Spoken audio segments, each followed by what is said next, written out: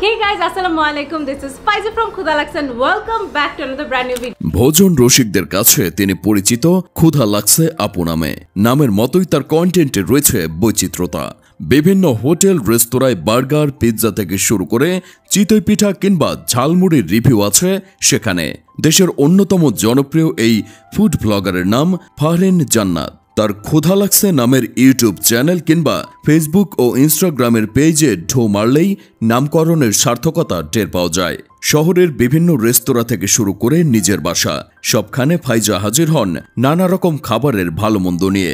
কখনো কথা বলেন সেসব খাবার তৈরির প্রক্রিয়া নিয়েও।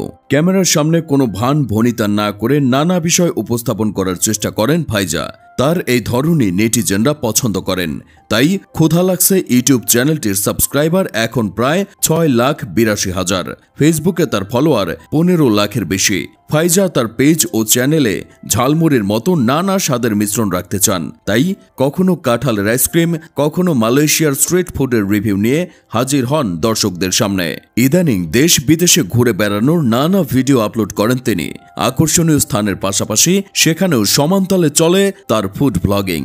শুধু খাবার দাবার বা ঘোরাঘুরি নয়, ফ্যাশন সংক্রান্ত কন্টেন্টও তৈরি করেন ফাইজা। ক্ষুধা লাগসের পাশাপাশি ফাইজা নামেও তার আরও একটি চ্যানেল রয়েছে, যেখানে তিনি বিভিন্ন জামাকাপড়, দৈনন্দিন জীবনের নানা আসবাব সামগ্রী নিয়েও ভিডিও কন্টেন্ট তৈরি করে থাকেন। তবে ফ্যাশন দুনিয়ার চেয়ে ফুড ব্লগার হিসেবে জনপ্রিয়তা পেয়েছেন এই তরুণী। ফাইজা ঢাকার ইন্ডিপেন্ডেন্ট ইউনিভার্সিটি বাংলাদেশ থেকে পড়াশোনা করেছেন। পড়াশোনায় ব্রাইট এই তরুণী ক্যারিয়ারে রেখেছেন মেধার ছাপ। ব্যক্তিগত জীবনে তিনি হিজাব পরেন বলে অনেকেই তাকে রক্ষণশীল মনে করেন, কিন্তু ফ্যাশন, স্টাইল এমনকি ব্যক্তিত্বেও তিনি কম যান না।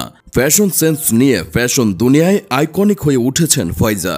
ফাইজা ক্যামেরার সামনে থাকলেও তার সব কাজে ক্যামেরা থেকে শুরু করে ভিডিও এডিটিংয়ের পেছনে থাকেন তার স্বামী সাদি। তিনি একজন দক্ষ সিনেমাটোগ্রাফার। ফাইজার কন্টেন্টের যাবতীয় দিক নির্দেশনা তিনিই দিয়ে থাকেন। তার নির্দেশনায় ফাইজার ভিডিওতে ফুটে ওঠে ফুড ব্লগিংয়ের মনোমুগ্ধকর সব দৃশ্য।